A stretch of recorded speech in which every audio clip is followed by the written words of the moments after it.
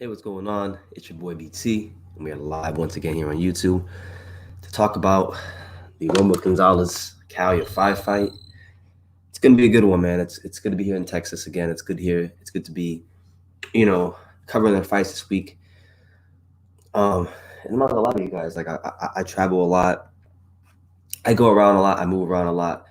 But this Airbnb I'm staying in, man, it's something special. You know, they got crazy paintings here. Like they got this crazy painting. I'm gonna show you guys. Look at that painting. The frog. It looks kind of like me. So, it's really cool to be here. Really happy to be here. Just over the moon to be here in Texas for the fight. See, before I keep going, Let me just make sure I'm live and I'm good. For those of you who are in here, make sure you hit the like button, hit the subscribe button, all that good stuff. Let me make sure we're good right now.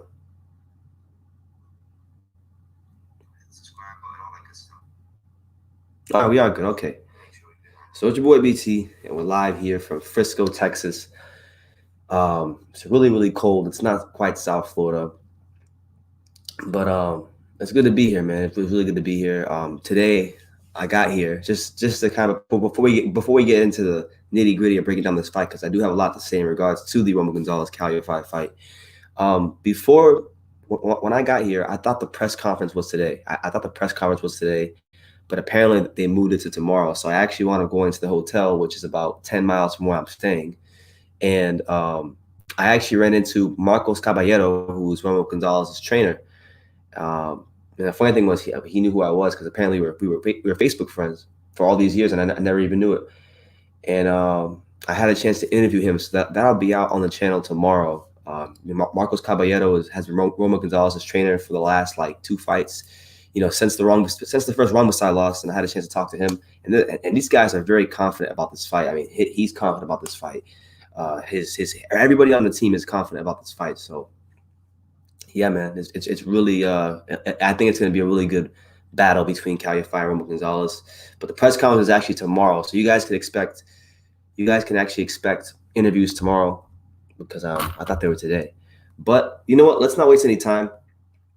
Make sure, for those of you who are going to come in here, make sure you smash that like button, make sure you subscribe, make sure you do all that good stuff, and support the channel as you feel led to. Hold on, give me one second, guys.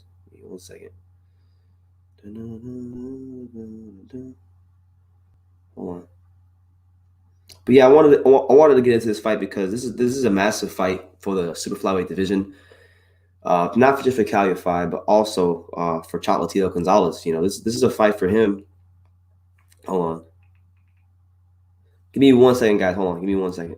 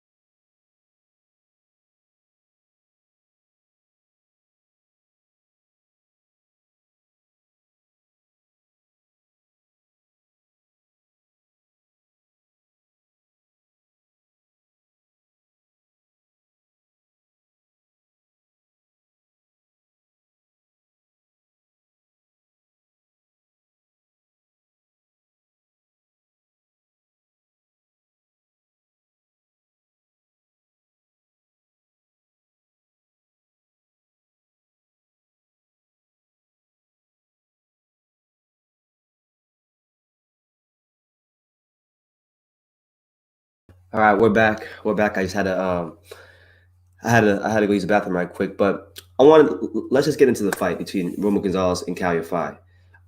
This is a massive fight for both these guys. This is for Roman Gonzalez. This could be if history tells us anything, like if you look at the great flyweights of yesteryear, the great flyweights of the past, they normally begin to fade away around this time. And if they win a world title, it's always around the age that Roman Gonzalez is at right now, which is 31, 32, early 30s, your early 30s. You rarely ever see fighters in the flyweight division go into their mid 30s and become a world champion. So, I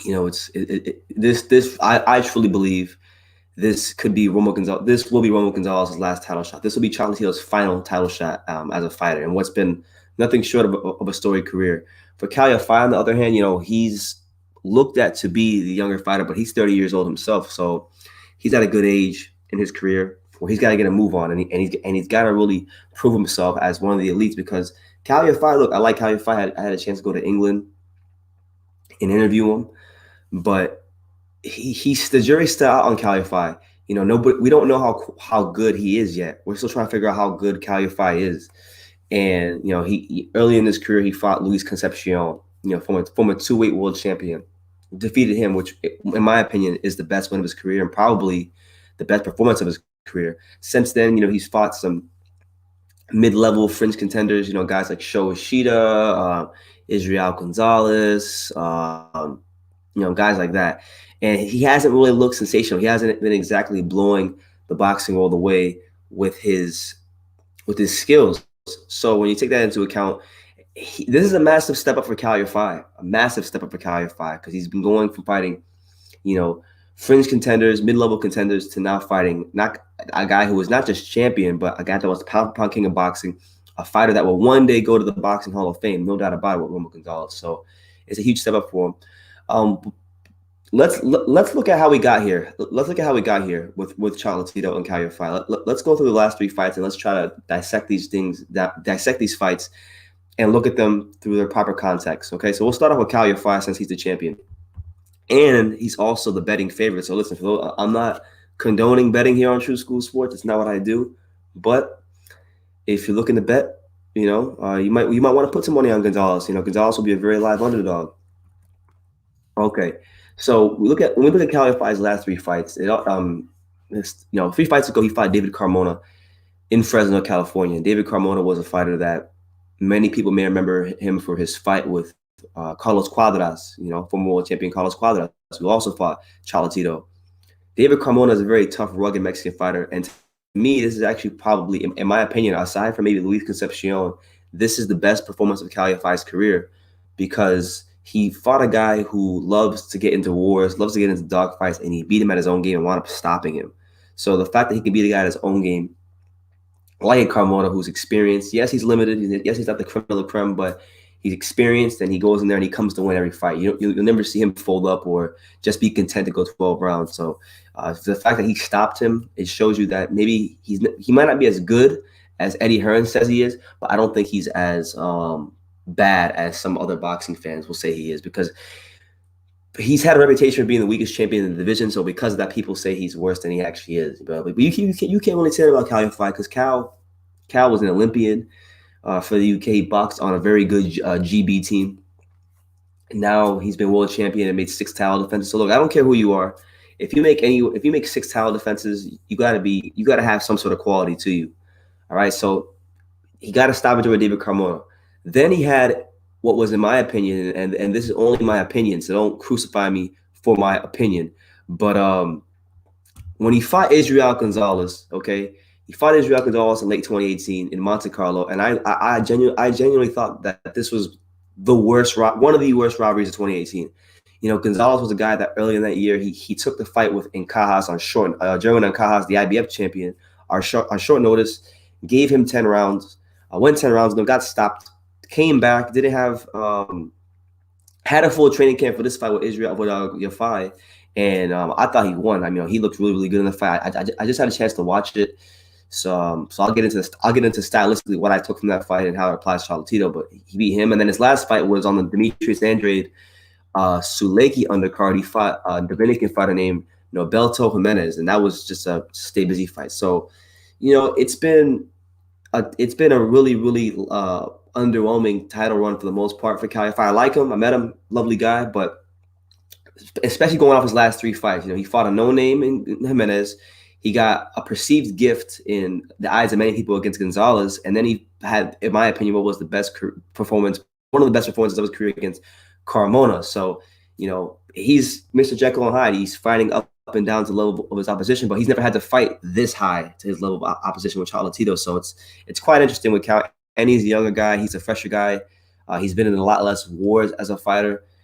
And he's actually only he's less than 2 years older. He's less than 2 years younger than Gonzalez. So this whole perception I keep hearing about how he's this young 27, 26-year-old fighter, that's not true. He's 30 years old. So he's got to move on with his career. And then let's go to Chocolatito.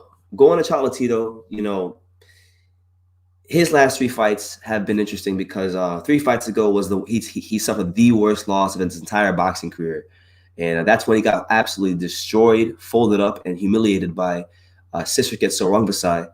And in that fight, I want to put that fight in its proper context, that fight, because people use that fight and that performance to demean and down Chocolatito Gonzalez. Okay, so after the Carlos Cuadras fight, Roman Gonzalez's trainer had died. He died of a brain aneurysm just a month or 2 after he won his 4th world title against Cuadras. So going into the fight, he mentally his mind wasn't in the right place. His spirit wasn't in the right place. He had just gone through a massive war with Carlos Cuadras, so that took a lot out of him. He fights Rungvisai in the first fight, one of the best performances of his career after getting dropped for the first time in 10 years. Gets robbed on the cards, takes the first loss of his career. So all these things together played a massive role, a major key as to what happened in the rematch. So then he had a long layoff. He had basically a year layoff. He fought Moises Fuentes, and he absolutely destroyed him. I think he stopped him in about 4 or 5 rounds, and it was one of the, low key, it was one of the knockout year candidates for 2018. He fought him on the Canelo Golovkin undercard and stopped him, made easy work of him. And listen, Moises Fuentes was a former world champion. He was a former world champion at 108. They brought him up from 108 to 115, but that was a good win for him. It's actually, even I underrate that win for Chocolatito, because that was a win where, when we look at Moises Fuentes, he fought Ivan Calderon in the lower weights, and he retired Ivan Calderon, and he was very hungry for that fight. He was talking a lot of junk, talking about how he was going to retire Roman Gonzalez, and he actually had done it in the past to previous legends. So the fact that he went in there and did that to him, was amazing. And then in his most recent fight, he fought a guy by the name of Diomel Diokos. I don't know how to say his name, but he fought him in Japan on the Ryota Murata. Whoever Ryota Murata fought in December, I can't remember who he fought, but he fought on that undercard, and that was for the first time in his career. In fact, for the first time, if we look at it properly, that his last fight on December 23rd of this year was probably his first stay busy fight in about almost 5 years. Because if you look at Chocolatito from the time he got to the States to now, from the Edgar Sosa fight all the way to the second Rungvisai fight, or actually all the way to the Moises Fuentes fight, he fought people that were, everybody's fought from May of 2015 all the way to September of 2018 have all been world champions. Edgar Sosa was a world champion. Brian Valoria, world champion. Mick Williams Arroyo. Mick Williams Arroyo wasn't a world champion, but he should have been a world champion because they robbed him against Amnat Ruanrong in Thailand. So, a guy that was world championship quality. Undefeated world champion in Cuadras. And then world champion in Rungvisai. So he's fought them world champions, and then Moises Fuentes as well. They were world champions. And so he needed that stay busy fight. He needed that stay busy fight along with the time off, because from, in the last 2 years, he's had about 1 fight. So Roman Chocolatito Gonzalez has been on that PBC plan. It's just been a straight PBC. Like Roman Gonzalez has gotten an opportunity to feel like for a couple of years what it's like to be a PBC fighter, to be honest, to not box that often and box once a year. So he won on the Gary Russell vacation, but he's back and he's really hungry, man. Like I'm gonna say it was So after the Rungvisai fight, he hired after the Rungvisai loss, the stoppage loss, he got with a guy by the name of Marcos Caballero. Now, many of you guys may not know who Marcos Caballero is, but he's the father of Randy Caballero, who you guys may remember fights at 122, decent fighter. I got a chance to meet him today at the hotel, and I interviewed him actually. So you'll see an interview today later on, or tomorrow I should say later on. And these guys really believe in this fight. They really believe in Chocolatito. They really believe that he's going places, and I think he's been. I think Roman Gonzalez will be really well prepared for this fight. I sensed the calmness with his team. I sensed because I talked to a couple of people on his team today at the hotel because I just happened to go there because I thought the press conference was today, and they were there.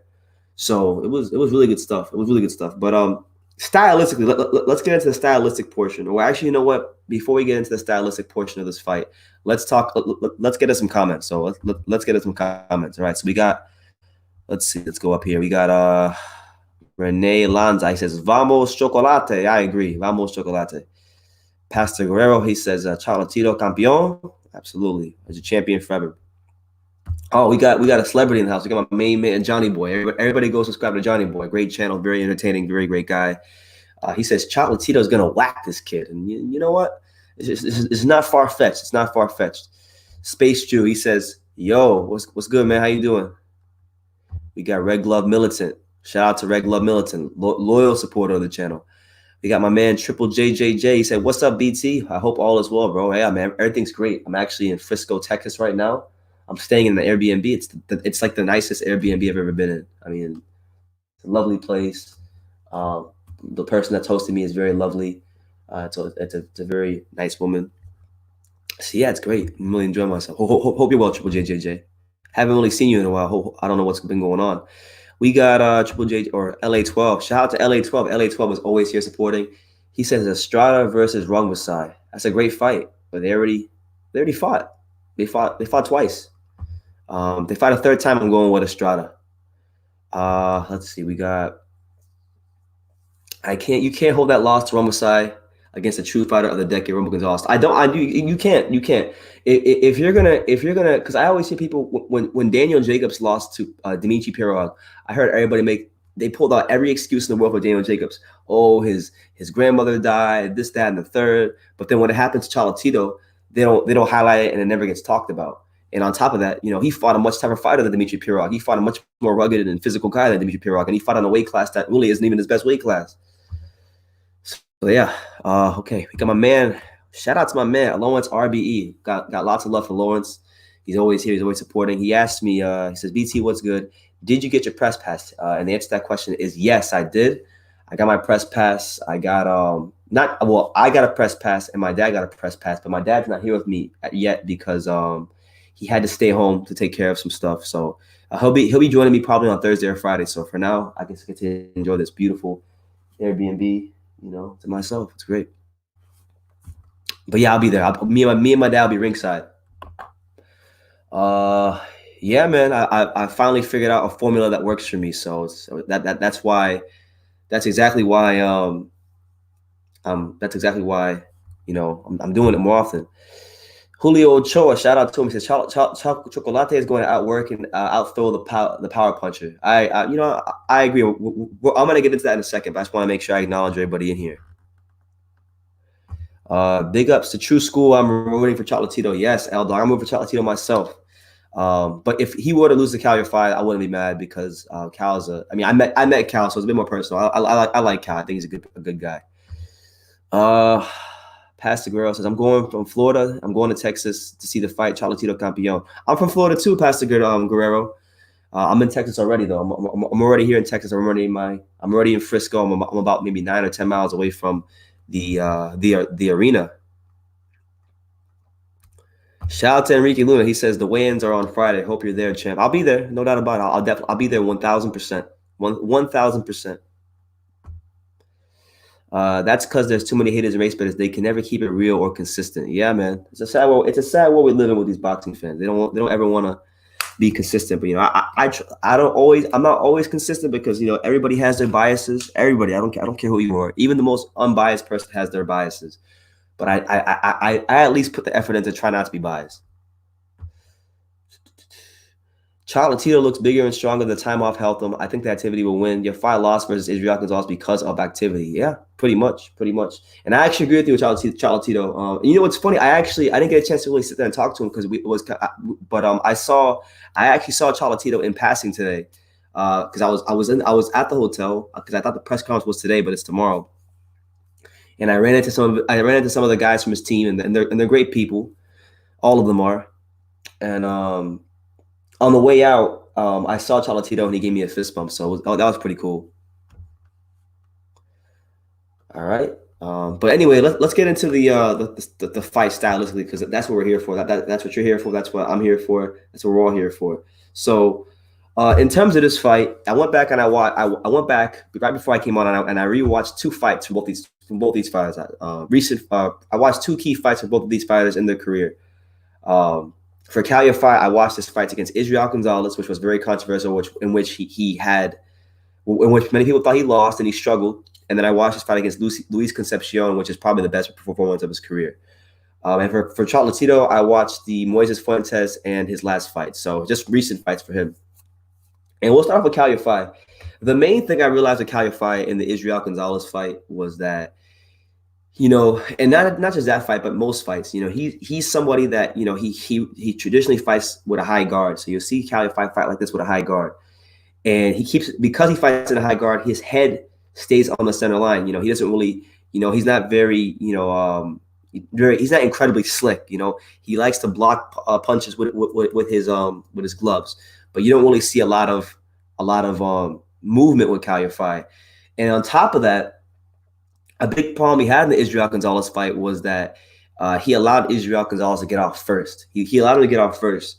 And the reason I think he allowed him to get off first is because a lot of this goes down to what you do in the gym and what you do when you train. And, I had a chance to watch Kal Yafai train, very talented fighter, when I was in the UK in December. And he's one of those guys, man, like when he trains, one thing that him and Max McCracken, his trainer, do is they do a lot of, what they call in the UK focus mitts, mitt work, but it's more structured mitt work, I guess. I don't know what your guys take on mitt work is with that, but they work a lot on picking their shots. So because they work so much on picking their shots, when he gets into the fight, that's what he does. He picks his shots, and because of that, when he gets in front of pressure fighters or people that don't allow him to dictate the action, he struggles. And that's exactly what happened against Israel Gonzalez. He was waiting to pick his shots. He was waiting to basically, find his openings. And to be fair, he found some openings, but while he was looking for openings, Israel Gonzalez was hitting him flush with a lot of good punches. Sometimes it would be the straight right hand. Sometimes it was the jab. Sometimes it was the uppercut. We saw Israel Gonzalez, really rise to the occasion on the night as a guy that many people didn't give much of a chance to on the night. And, to be honest with you, I thought he should have won. I thought he should have been world champion. But we know a lot of times with those Monaco cards and with those matchroom cards in Monaco, the fighters never get the benefit of the doubt, and they really get robbed over there in Monaco. I mean, it's actually, I'm surprised that doesn't get talked about enough. How much fighters get robbed over there in Monaco. But so yeah, he's a fighter with him where his head stays on the center line. He stays on the center line almost all the time, and I think this will be a big problem for Kal Yafai. The fact that his head is on the center line so often and he's not moving it off the center line against a guy like Chocolatito who can still throw 7, 8 punches, combinations, and likes to push the pace, I think that's going to be a disaster for him. To be honest with you, it could wind up being a massive disaster for him because this isn't something that he's just developed over time. No. Kal Yafai, if you go back and watch him, he's been this way his whole career. To where his head is always on the line. It's there to be hit. You don't really see him with a lot of, movement to the side. So that's going to be a problem for Gonzalez, who in some ways there's style similarities between the two fighters. Like Gonzalez is also a fighter with a high guard, and he likes to pick his shots too, but he's a lot more aggressive than Kal Yafai. And on top of that, his head does not stay on the center line. Roman Gonzalez can punch from here, he can punch from here, he can punch from here, he can punch from here, he can punch. His head is not always in the same places. So that to me, going back and actually getting into the tape, getting into the fights, looking at what Kal Yafai does well and what he doesn't do well, that was a massive red flag for me. Secondly was pace, and pace is very important in this fight for Kal Yafai. Kal Yafai, Kal Yafai is somebody that likes to fight at his own pace. He doesn't like to fight at a very frenetic or quick pace. He likes to fight at his pace. He likes to pick his shots. And we saw Israel Gonzalez put that pressure on him, make him fight when he didn't want to fight.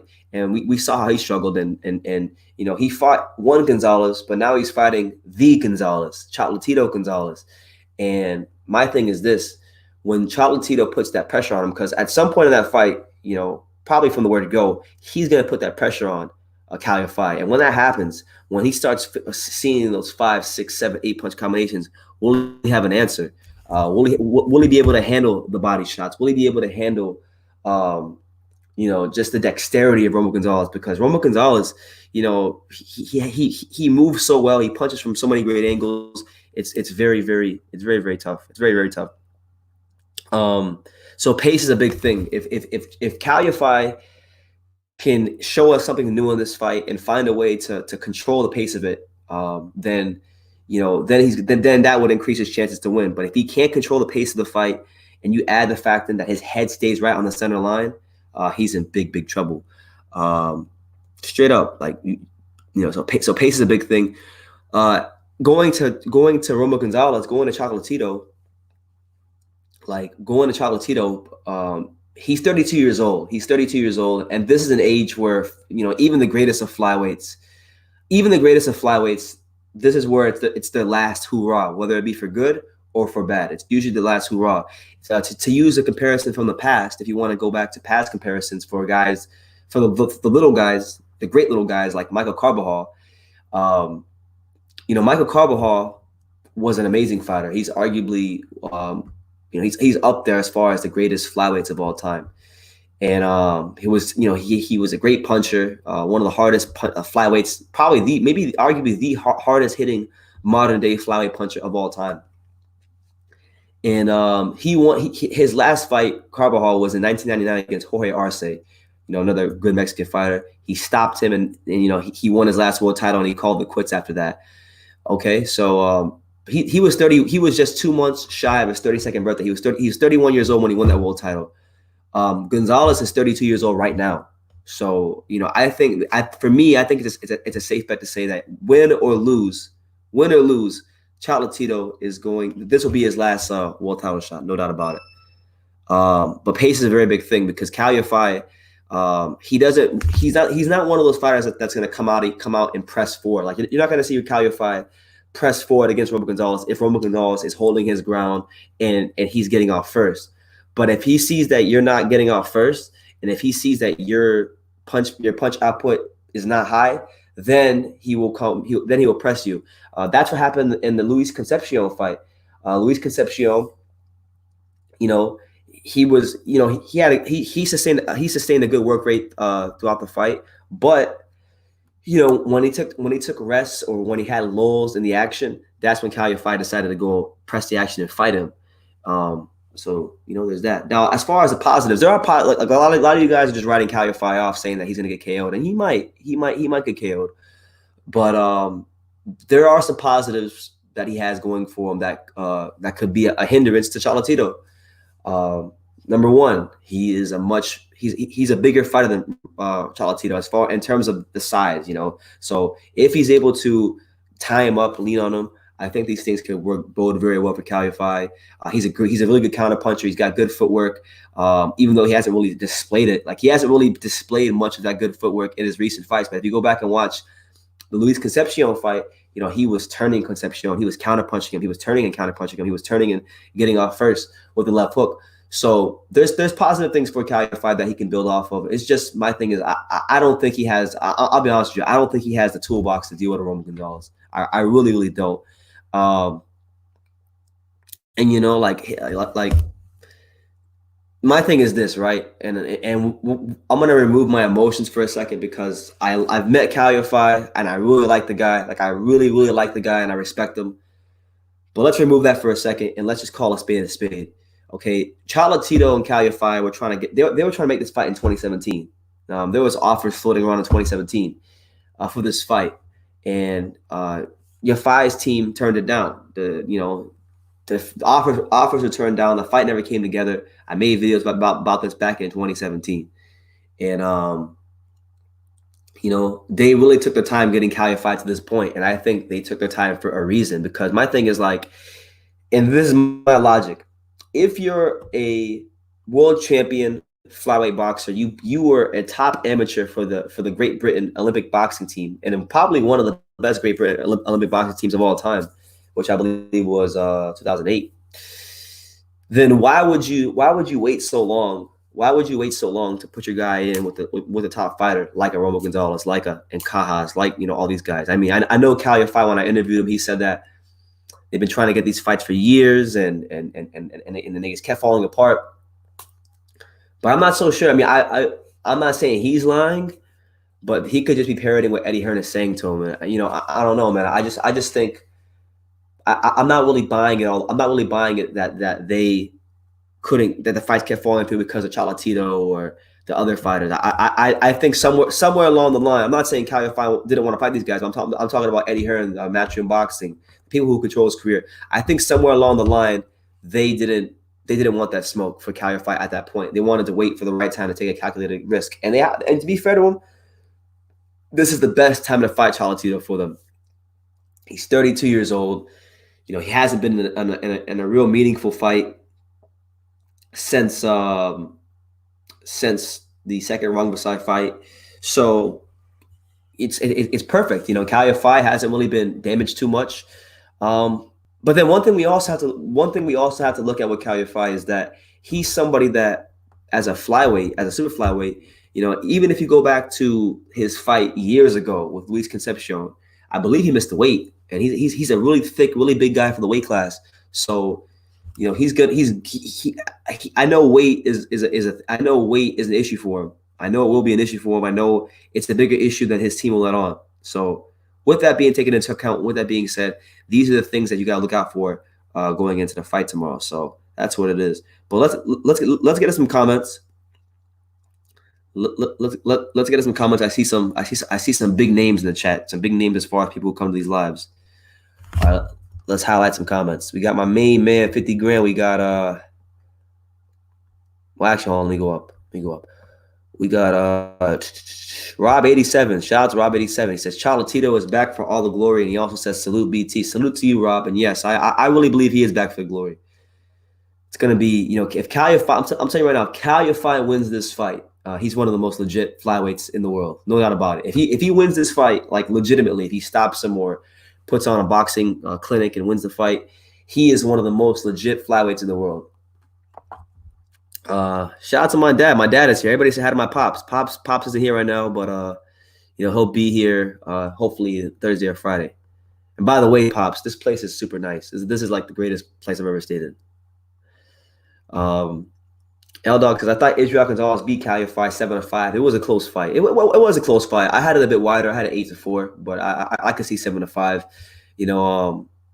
Just Kal Yafai's inability to impose that's the thing I want to say. Kal Yafai's inability to impose himself against aggressive fighters is going to be his ultimate downfall in this fight. That's my opinion. That's my objective opinion on the fight.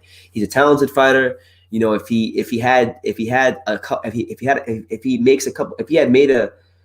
was a couple of things different about his style, I would give him a much more of a chance. But he's just a bit too passive on getting on that front foot when it comes to these aggressive fighters, and aggressive fighters will always give him problems. Let's see.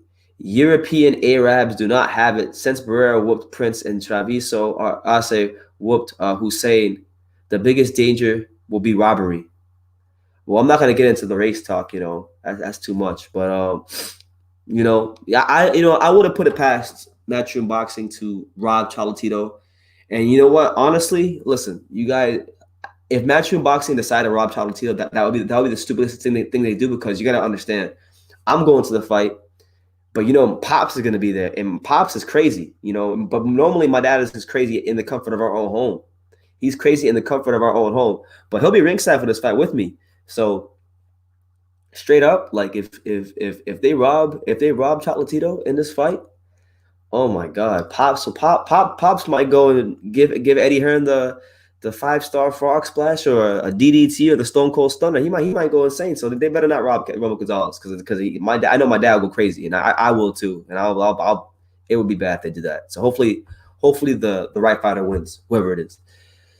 LOL, Jesus Christ always wins. Ask the Gypsy King. And I agree. God, Jesus undefeated. The boy undefeated. What can Yafai do against true? What can Yafai do against the True School Sports TBE?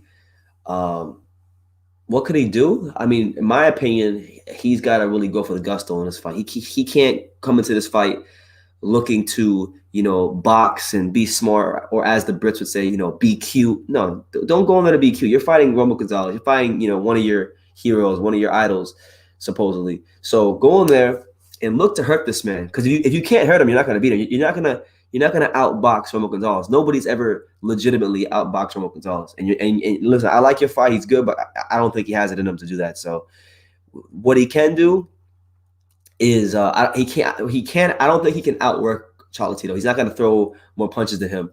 But one thing I think he does have going for him, and the one department I think he might be a bit better at, as far as his skill set than Chocolatito, is his counterpunching. I think he's a really underrated counterpuncher, Kal Yafai. And I think, if he can find his timing, if he could find the range, if he could, find those openings in between the Gonzalez flurries, being able to counterpunch Chocolatito will be a big thing for him. And if he is to win, then that will be a big reason why. He says, Ioka versus Tanaka, the winner next. Absolutely, that would be fire.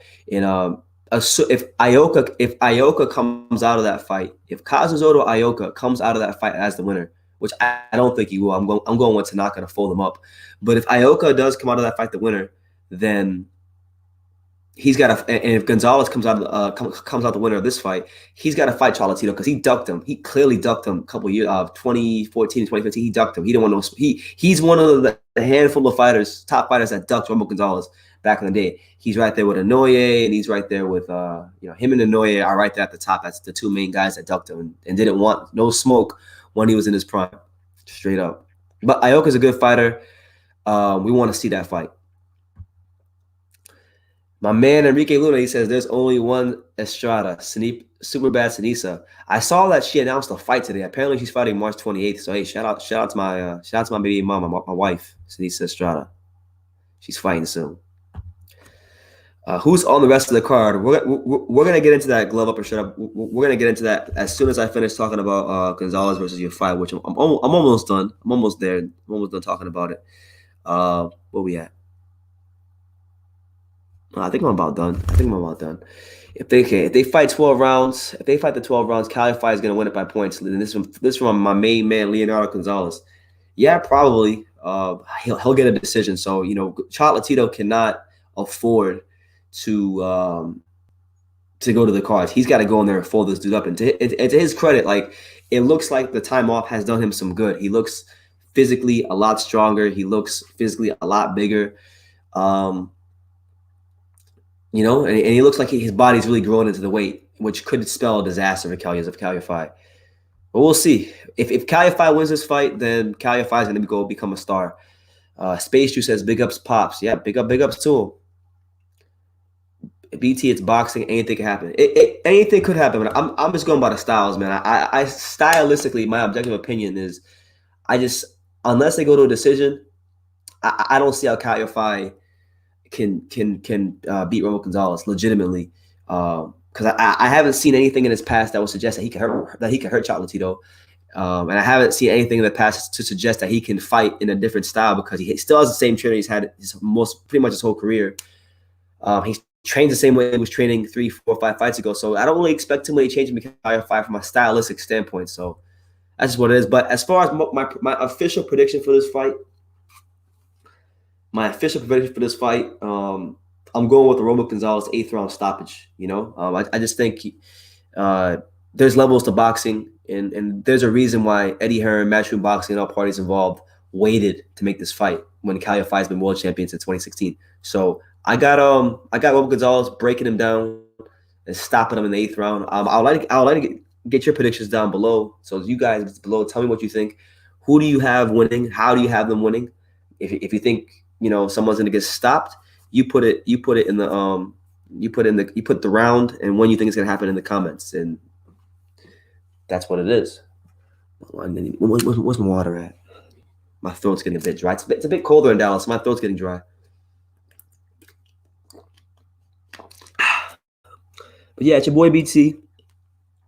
We're live here on YouTube, live from Frisco, Texas, the beautiful Frisco, Texas, my favorite city in Texas. I love Frisco. If I ever get rich one day, which who knows what God has in store. But if I ever get rich one day, I move, and if I ever do decide to leave the comforts of South Florida, I will move to Frisco, Texas. It's so beautiful here. The houses here are like really, really nice, and it's pretty amazing. But make sure you smash that like button if you're here right now. If you haven't done so already, smash that like button. Make sure you subscribe, do all that good stuff. We had a really fun live yesterday. It was 3 hours for the Wilder thing, and we won't really touch much on Wilder today. Like we'll give Wilder a rest today because there's already videos I got scheduled coming out about Wilder. But we had a lot of fun yesterday with that. Hold on. But yeah, man, this is a really exciting card. I'm actually really excited about this card. I was mainly only excited about Chocolatito, but once I got here, I'm like really pumped for it. So just to go through the whole card, and we will be going through the whole card, piece by piece, brick by brick. So obviously, the real main event here on True School Sports is Roman Gonzalez versus Kal Yafai for the WBA Super Flyweight title. It's the real TBE versus the longest reigning world champion from the UK. So that's the main event to me. But the main event on the card actually is Mikey Garcia versus Jesse Vargas, and just kind of talking about that fight. That's actually for me it's not for me it's not really an important fight for the welterweight division because it does nothing for me. Because none of these guys are going to win a world title at welterweight. Never again. Jesse Vargas lucked up. He lucked up in 2015 when he fought Saddam Ali and stopped him, and he ran into a belt. But he's not winning a world title again. He'll move to 54 probably after this fight, and then Mikey Garcia, he's someone that needs to really move back down and fight some of the top guys. And listen, if I interview him, I have no problem telling him that to his face. He needs to move back down and fight the top guys because this is getting ridiculous. But I'm favoring Garcia. I just think Vargas is too basic for Mikey Garcia. So I'm favoring him to win a decision, but my thing is, if he can't hurt Jesse Vargas, then can he beat Jesse Vargas? I don't think he can. So he has to get his respect in some way, shape, or form. He don't necessarily gotta fold him up, but if he can get his respect, like when Floyd Mayweather fought at welterweight, he'd have to knock guys out, but he could hit them a certain way and get their respect and make them keep them at bay. So he has to be able to hit him with something that's going to keep him at bay. Yeah. But I'll get to that. I'll get back to that fight in a minute. Let's get to some comments. We got my man Rob 87. He says he's got Chocolatito winning in the 5th round. I was tempted to make my prediction a bit earlier than that, and you know what? You could very well be right. If Roman Gonzalez decides to pressure Kal Yafai early, and he finds success with it early, and he hurts him early, you could very well be right. But I just think it's going to take Roman Gonzalez a bit of time to dissect him.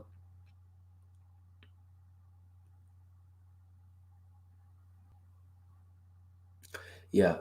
I forgot. I lost my train of thought.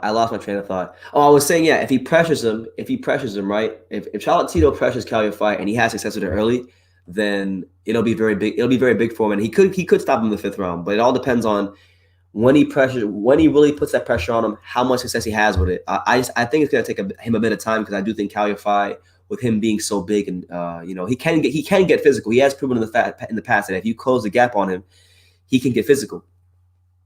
So I think he'll be getting physical. I think he will try to get physical. If Chocolatito can find the shots, then perfect. But I think it'll take him a bit more time, and I think he's gonna gradually pick up the pace. And I don't expect him to pick up the pace the way he wants to until about the 4th or 5th round.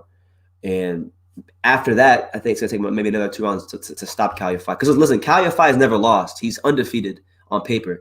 And generally speaking, when you fight an undefeated fighter, it takes that extra bit of quality to stop them. Even if they've never lost, even if they have a loss, but if they've never been stopped, it always takes that extra bit of quality to stop them. So I just think it's gonna take Roman Gonzalez a bit more time than 5 rounds. So I'm going with 8th round. And L Dog, yeah, my official prediction was a Roman Gonzalez 8th round TKO. I think he's gonna really get to in the middle rounds. I think Kal Yafai's ass is grass. She asked, "Who's the betting underdog?" Believe it or not, guys, the betting underdog is actually Chocolatito. It's Roman Gonzalez. So I'm not, I don't really bet on fights, and I don't condone betting, but I'm thinking about putting some money down on this fight. Just a little bit of money, just to see. So yeah, I don't remember what the odds were, but I just remember reading yesterday that he was an underdog, but I don't remember the odds. My man Lawrence RBE says, by the way, are you in a car rental? Go check out Little Elm in Uptown. By the way, in your videos, I help you address the Fury glove situation. Wallstar has a video that is compelling. I like to see Garcia versus Haney. Okay, well, I'll address every part of your comments. So you said, am I in a car rental? No, I'm not in a car rental.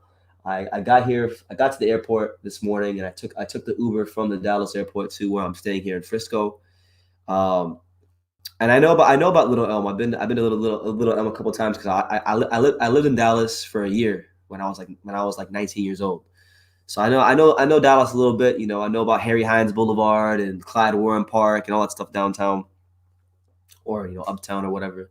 So yeah, it's good. It's good to be here though. It's really good to be here. I went to Raising Cane's today, and I actually got a video about my experience going to Raising Cane's. I've had Cane's in 6 years, so I was very curious to see if they've kept the formula, if the chicken tenders are still as good, if the Raising Cane sauce is still as good, if that toast is still as good. And you'll see in the video when it comes out. But yeah, as far as the Fury glove situation, I've been hearing about that.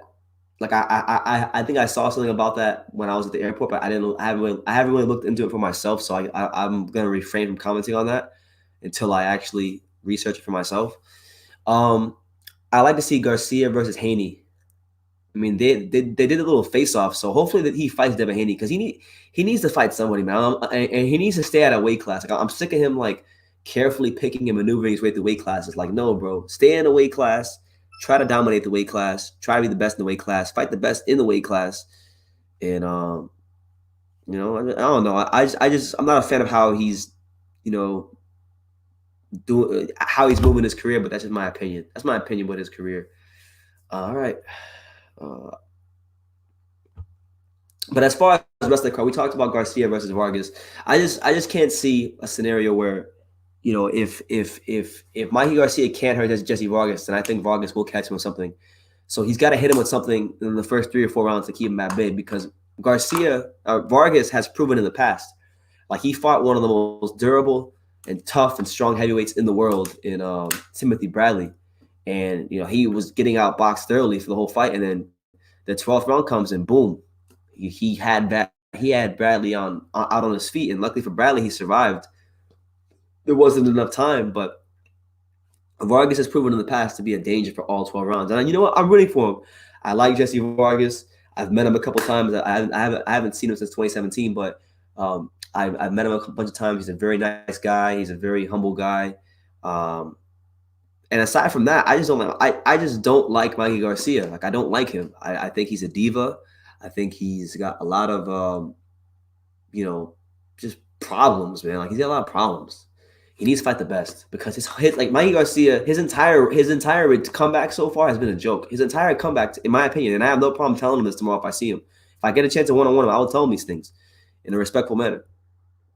Okay, his whole run back thus far to me has been a joke. He came back. His first fight after 2 years was against Eloy Rojas. That was a cherry pick. It was it was going to be a takeover fight, easy fight for him to get him back in the swing of things. Okay, we give him a pass from that. Then he fights DAZN Tikin, who's like, he won his world title vacantly from a Bolivian police officer, and I'm not even joking. Zlatikin won his world title from a Bolivian police officer. So, I never really classed Zlatikin as a high-level fighter.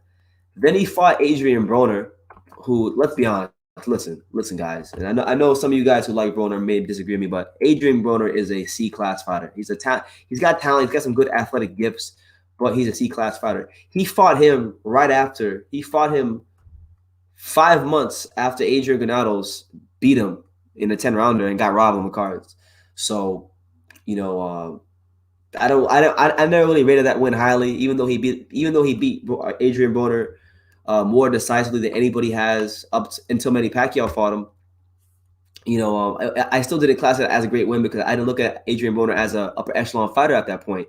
You know, he was coming off of a big controversial decision, and honestly, he should have fought. He should have rematched Adrian Granados because they screwed with Adrian Granados the whole fight week. You know, he basically had, you know, it was supposed to be a 12-rounder on February the 11th, which is my birthday, because I remember I was planning on going to his fight. February the 11th, he was supposed to fight him in a 12-rounder. They pushed the fight back to February the 18th, and they make it a 10-rounder, which is the main event. So the co-main events and the undercards actually were longer than the main event, which is extremely rare. You never see it, but that's the kind of witness protection and hand-holding that Adrian Broner had from in his career. So that win to me was garbage from Adrian Broner. So I don't really class that win highly. After that fight, he fought Sergey Lipinets, you know, who at that time was the hands-down weakest champion at 140 pounds.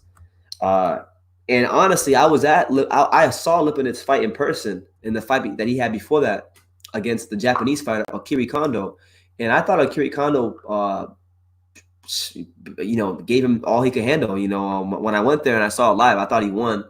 I haven't watched the fight back since because I haven't felt any need to watch the fight back since. But I thought Akiri Kondo actually beat Lipinets, or the fight was a lot closer than the judges had it.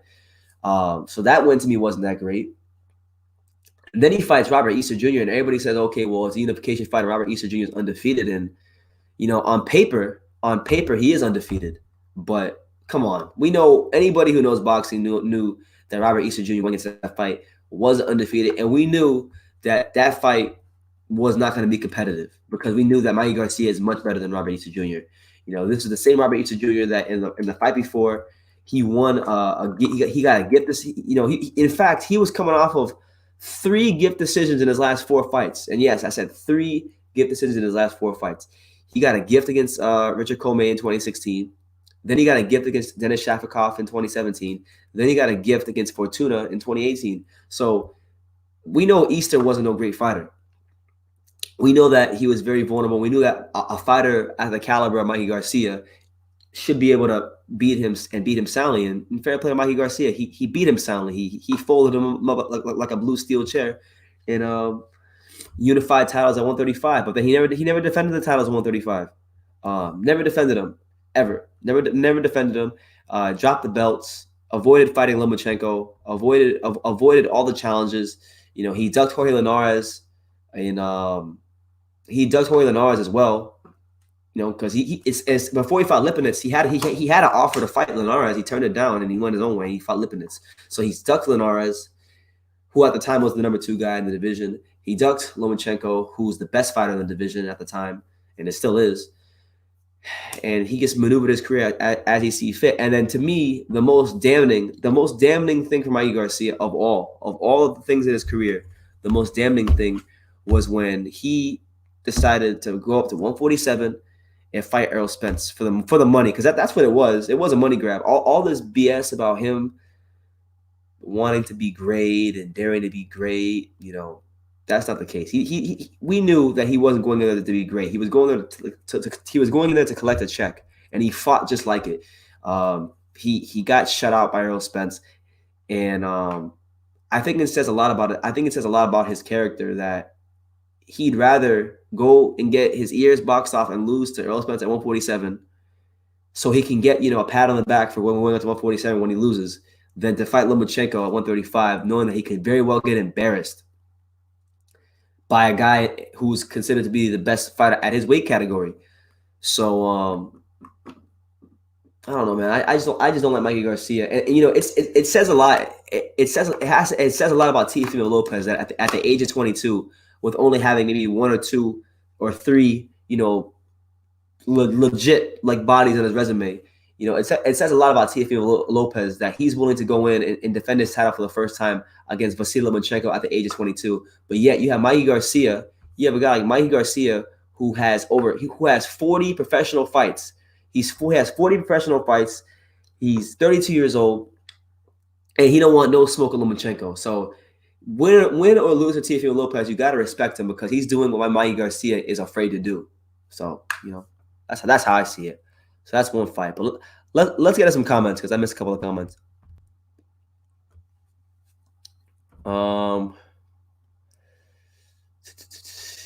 She says he wants Roman Gonzalez versus Mathane or Cesar Martinez. Well, Cesar Martinez has to beat Jay Harris this weekend.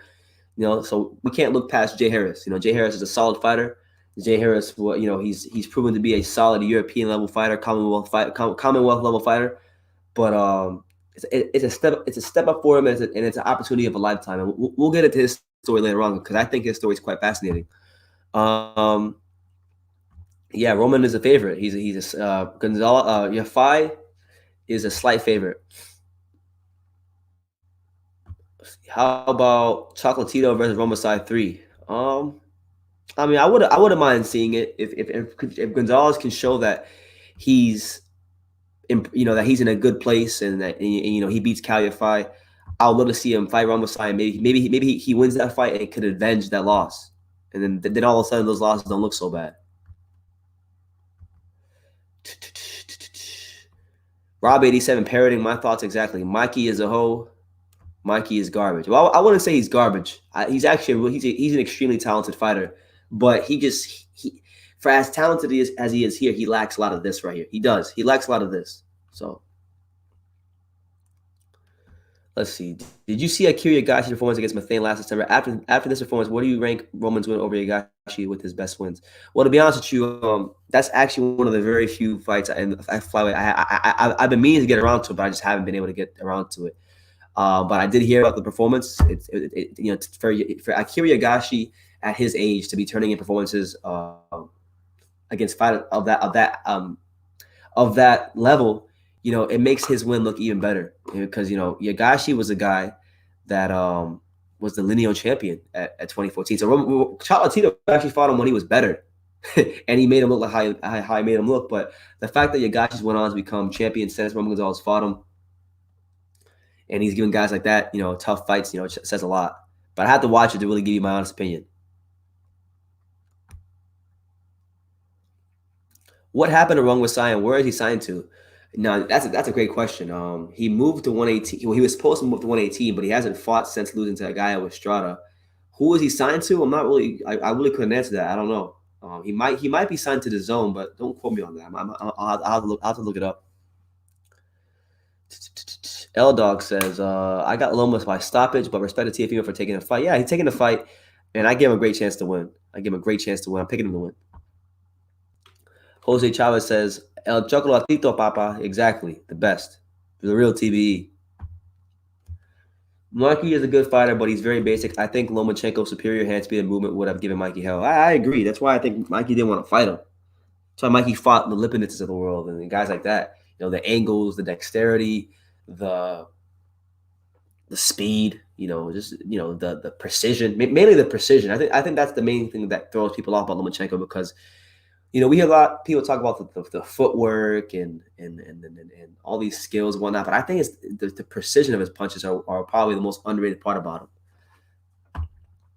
But going back to this card, man, it's a good card. So we talked about Jesse Vargas versus Garcia.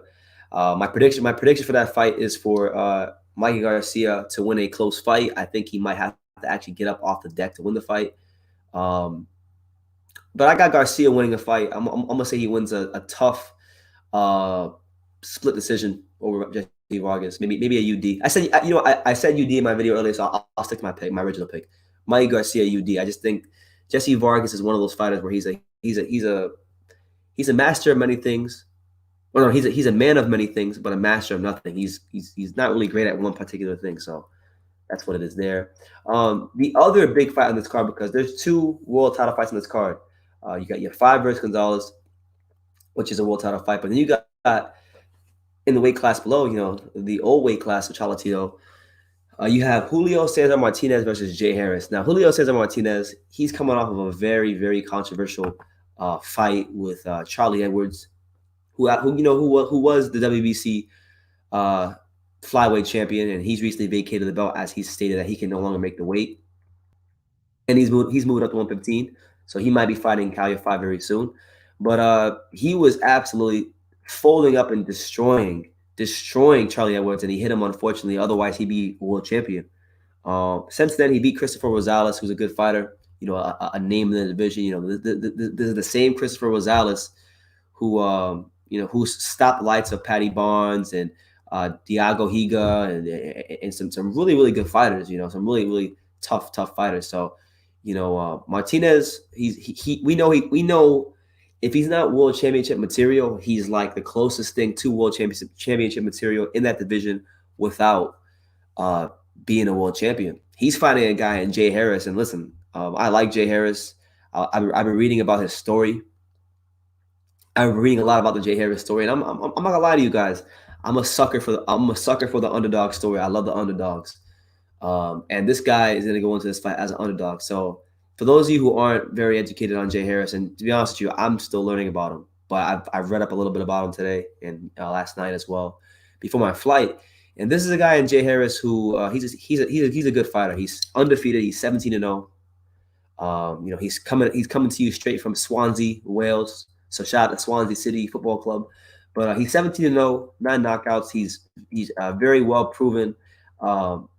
He's a very well proven European level fighter. He's won and held the European flyweight title. He's won the Commonwealth title. He's been a continental champion. So he's proven himself to be at a certain level. He's stopped the likes of Patty Barnes. He fought Angel Moreno, who many of us may remember. He fought Charlie Edwards in one of Charlie Edwards' defenses. So this is a massive step up for him, or not a massive step up, but it's a noticeable step up for him. This is a guy that in his career, when we talk about Jay Harris, he's all 17 of his fights have been in the UK. So this is his first fight outside the UK. This is his first fight against a former world title challenger, a really good former world title challenger. I would definitely say without a shadow of a doubt that Martinez is the best fighter he's fought. But this is a guy in Harris who's fought, all around England. York Hall, the Royal Albert Hall, Civic Hall, everywhere around England. But the reason I say his story is important, Jay Harris, is interesting to me, is because Jay Harris represents the average Joe. He is an average Joe. He has a job. He works at Amazon. He makes no secrets about it. He says he likes his job at Amazon. So he works at Amazon. When he won the European title against Angel Moreno, his career's kind of slowed down, and he hasn't really been getting the big fights or getting those fights that would push him forward. So he really, not too long ago, Jay Harris was actually considering retiring from boxing, but he hung in there, and he kept working his job at Amazon, and he kept going to the gym and train, and then eventually he got the call for this fight to fight Julio Cesar Martinez. And the funny thing about this Jay Harris was that when he got the call to fight Martinez, he was actually at Disneyland. He was at Disneyland in France, and I didn't even know France had Disneyland, but he was at Disneyland in Paris, France, according to him. So could Jay Harris go from Disneyland to the world title? I mean, that would be quite a story, right? If he could beat the very tough, very dangerous Martinez, and become world champion. The Amazon worker who could. I mean, I think it's a great story. I haven't really seen him fight, so I can't really say much about him as a fighter. But he's got a good story. Got a very good story. So I can't make any true predictions for that fight, but conventional wisdom tells you that probably Martinez will win. Just my gut feeling, even though I haven't seen Harris fight. So yeah, that's a good fight. Hopefully I get a chance to interview Jay Harris tomorrow because I like his story. We got Joseph Parker. Now I want to camp out on this real quickly. I want to camp out on Joseph Parker. Okay. Joseph Parker is a former world champion. He's a former heavyweight champion of the world. He's a guy that held a version of the heavyweight title. Right? This is a guy that fought Anthony Joshua. This is the first guy that went 12 rounds with Anthony Joshua. This was a guy that was one of the most highly touted prospects in boxing. This was a guy that has a win, albeit controversial, over Andy Ruiz. This is a guy in Joseph Parker that has been very forgotten in the heavyweight division, whose only two losses are to Anthony Joshua and Dillian White. Okay, and since losing to Dillian White, he's had a fight against some guy named Alexander Flores in New Zealand, and last year he fought. Last year, Matchroom Boxing and Eddie Hearn, they dug up they dug up the remains of Alex Leopai, and that's who he fought. So now his second fight back since that fight, what was that? That was what, 8 months ago. So his first fight in 8 months, they have him fighting a guy who I've never heard of in my life, but a guy by the name of Shandwell Terrell Winters. This is a very unknown fighter. So his record is 13-2 with 12 KOs. He's coming to you live and direct from Harvey, Illinois. So he's from that Chicagoland area. He's boxed a lot around Indiana, Chicagoland area. And you go through this guy's resume. We're talking about Joseph Parker's opponent, and there's no names on here that you or I would recognize as a fight fan. But then if you go back and you look at when he turned pro, and this is Joseph Parker's opponent. This is Joseph Parker, a guy who held a version of the heavyweight title. This is Joseph Parker, who has a win over Andy Ruiz and Razvan Kajanu. This guy, Winners, he turned pro as a cruiserweight, and he wasn't even a big cruiserweight at that. So this is a massive cherry pick. This is a massive cherry pick from Matchroom Boxing, Eddie Hearn. And I'm not really sure how to interpret all this from Parker, because I thought when they signed Parker, this was going to be a good sign for him. Maybe he gets more fights, he gets some good opportunities. But it almost seems like Eddie Hearn signed him to keep him away from his other fighters. I don't know, but it just seems that way, because first he fights the remains, and I say the remains of Alex Leopai. Now he fights a guy. Now he fights a guy we never heard of in our lives. So these are another kind of fights we want to see for Parker. We want to see Parker in big, meaningful, important fights, and it's just not happening for him at the moment. So very disappointed with the choice of opponent. And yeah, let's go to Sheehy's comment, because I think it's pretty interesting. He says, I don't know anything about Parker's opponent. I'll still watch him against a bum or someone who's not a bum. I'll just watch him flash his hand speed. Well, that's the only positive about this fight. This guy is a subpar opposition. He's subpar opposition for Parker. So you would be led to believe that he's going to go in there, that Parker will go in there and flash his hand speed. And when he lets his hands go, he's one of the most exciting fighters in the entire heavyweight division. So I'm not really too thrilled about it, but that's what's going on. So he's fighting this guy who turned pro as a cruiserweight, has never, has really no names on his resume that any of us would know anything about, and he comes to this fight a relative unknown. So and Winters, Shandell Terrell Winters, he's 39 years old. He's 39 years old. So I don't know, man. Like, what could a 39-year-old heavyweight really do to Joseph Parker? I mean, I don't want to completely outright write the guy off, but they picked him for a reason. So I wish Winter is nothing but the best. I don't want to disrespect these fighters, but I wish him nothing but the best. And I pray that he goes in there and gives a good fight against Joseph Parker, and can take him to some deep dark places, because I like to see good fights. So hopefully, best of luck to Winners tomorrow, but not really too thrilled with the choice and opponent for Matchroom Boxing, Eddie Hearn. So hopefully this is just a tune-up fight. You got that fight, and then you got Diego Pacheco, who's a very exciting young prospect. He's fighting 21-12 guy named Oscar Riojas. Okay, so that's going to be a fight where you'd be led to believe that he's going to stop the guy and look sensational doing it. And then you got Alexis Espino, 5-0. Against a fighter named Delvicio Savage, 3-5-1. So 2 state UFC fights for 2 of Matchroom Boxing's more highly touted prospects. Pacheco is really, really good. I think he's going places in his career, and I like how they're moving him. I like keeping him active. I like how they're keeping him busy.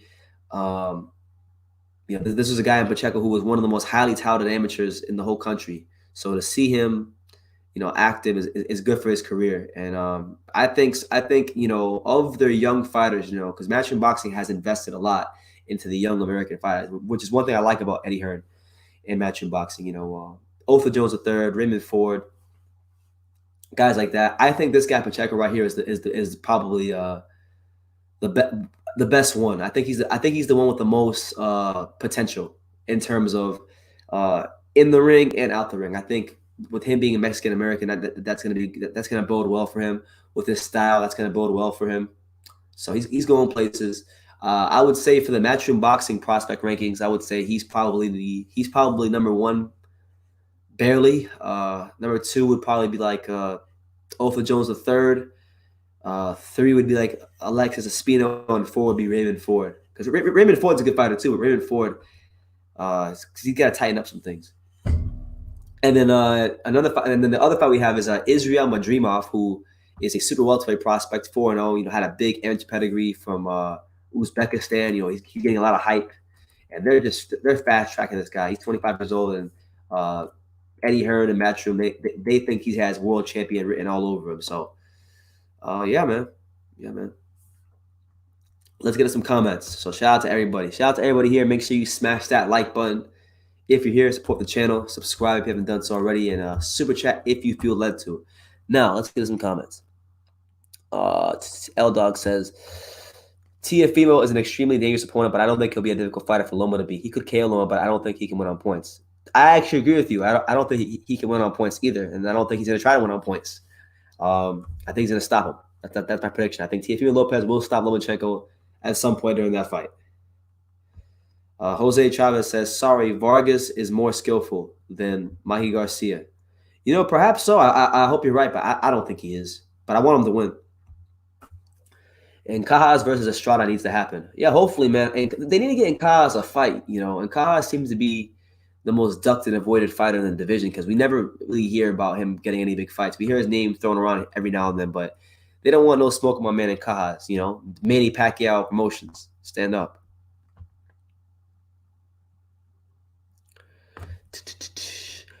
I didn't know that Rosales beat Higa. Yeah, Rosales didn't just beat Higa. I think he might have even given him his first loss. Let me see. Who was it? Martinez, then go Rosales. Yeah, it was. Let's see. Let me go look. Yeah, because Rosales fought him Martinez fought Rosales his last fight, and yeah, he was the first person to beat Higa. Higa was 15-0 when he fought him, and he actually gave Higa his only loss of his career, Rosales, and Martinez beat that guy. So that shows you the level that Martinez is at. As to where with Jay Harris is a solid European level fighter, but he hasn't really proven to be anything more than that because he hasn't had the opportunity to. But this is his chance to, so we can only see what he does on the night. As far as hold on, I saw a comment about winners. Where is he? Shanuel Terrell winners. All right, what's his name? L-Dog says Shanuel Winners is coming off 2 upset victories. Well, let me see. I want to look deeper into his resume. He fought Sergey Woreko. I don't know how to say his name. Some guy from Poland, from Warsaw, from Ukraine, who trains in Poland. Was he an underdog? Yeah, I mean, probably was an underdog in that fight. I don't know. You probably know better than me. Then he fought an undefeated guy named Alexander Teslenko for the NA. Oh wow! So he actually won an NABA title. So maybe this isn't as bad of a fight as I thought, but he hasn't really shown himself to be at. Okay. Well, yeah. Okay. So winners is better than I'm giving him credit for, but I just think if you're Parker, you should be getting more recognized, better names on your resume. This is my opinion, but if Matchroom feel like they want to bring him back slowly, then I guess they can bring him back slowly. Everyone talks about Andy Ruiz. Don't forget about John Ruiz. You're damn right. Shout out to the quiet man. Puerto Rico's only heavyweight champion. They should put him in against Ted Cheeseman then. Israel Madrimov? Oh, he don't want that smoke. He don't want no Ted Cheeseman smoke. Ted Cheeseman's that guy. Ted Cheeseman's going undisputed. Yeah, yeah, yeah. He may have lost a couple of fights. He may have gotten destroyed by Sergio Garcia, but Ted Cheeseman, best number one pound for pound, number one pound for pound, the best British fighter in history, Ted Cheeseman. Yeah, he's coming off that loss to Scott Fitzgerald, which was people thought I don't know if it was that fight or the was it that fight or Kieran Conway. I can't remember which fight it was, but there was a fight where people thought he got robbed.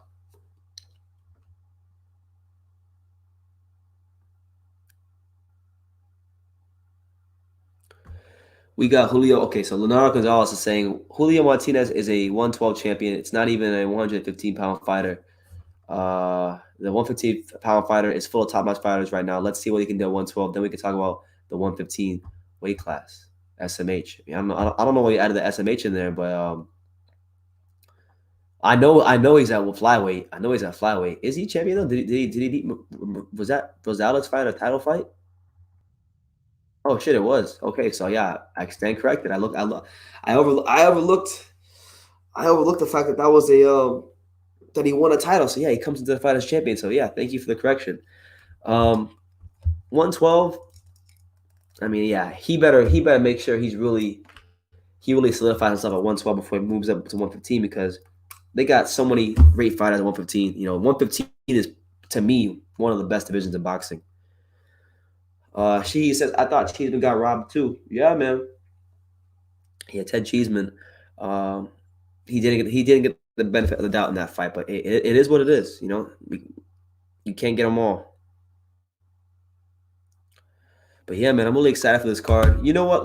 Let's play a game. I want to take a poll. I want to poll you guys. So tomorrow's the press conference for the fight. I'll be there at the press conference at the hotel, and who do you guys want to see me interview the most? Like give me the fighters you guys want me to that you want to see me interview the most. I mean, I know who I want to interview the most. I want to interview Chocolatito. Um, but aside from Chocolatito, like who would you guys want to see me interview? So like tomorrow, like my the main interviews I want to get is Chocolatito, Kal Yafai, because I mean I met Kal Yafai. He's a really cool guy.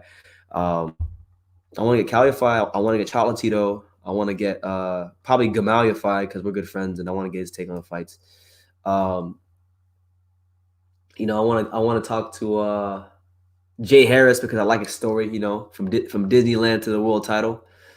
We got what else? Parker probably be one of the top ones. Eddie Hearn. You know what?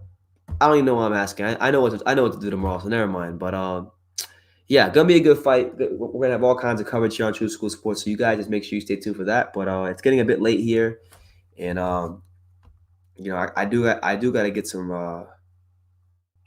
I do gotta get some rest. So once again, just going through the fights. I got Gonzalez beating 5 via eighth round stoppage. I got Garcia beating Vargas by unanimous decision, and I think Martinez will more than likely stop Jay Harris because even though I haven't seen Jay Harris fight, but we'll see. But yeah, you guys be good. I'm gonna get out of here. Make sure you support the channel. Make sure you subscribe. Make sure you keep watching all the videos. There will be more Deontay Wilder. There will be more Deontay Wilder videos coming out because I shot like 6 of them. So just be on the lookout for all that stuff. So we'll get to a couple more comments before I get out of here.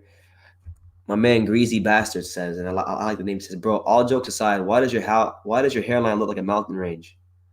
My hairline probably looks like that because when I was young, when I was super young, I used to wear a lot of hats. I mean, I'm talking about from like the age of 13 to like age 21, 22. I wore hats every day. I mean, every single day I used to wear hats. So when you wear hats as much as I did, fitted caps, snapbacks, your hair, this can happen to your hairline. So I mean that could be a reason.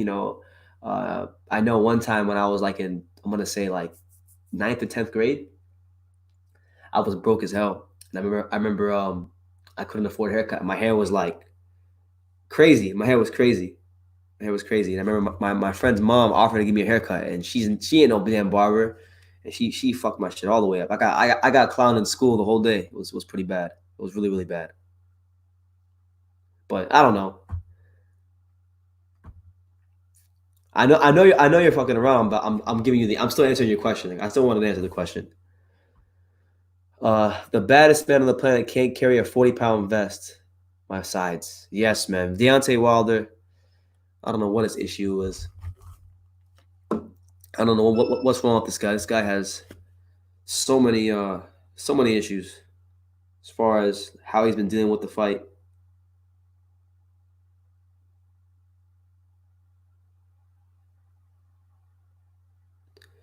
All right, with that being said, guys, I'm gonna get out of here. You guys be good. Make sure you support the channel. Be on the lookout for interviews tomorrow, Wilder videos, Fury videos, all that stuff coming out tomorrow. And like I say in every single one of these videos, you can love me or you can hate me, but I'm just Kid from Daniel. So until next time, take care, guys.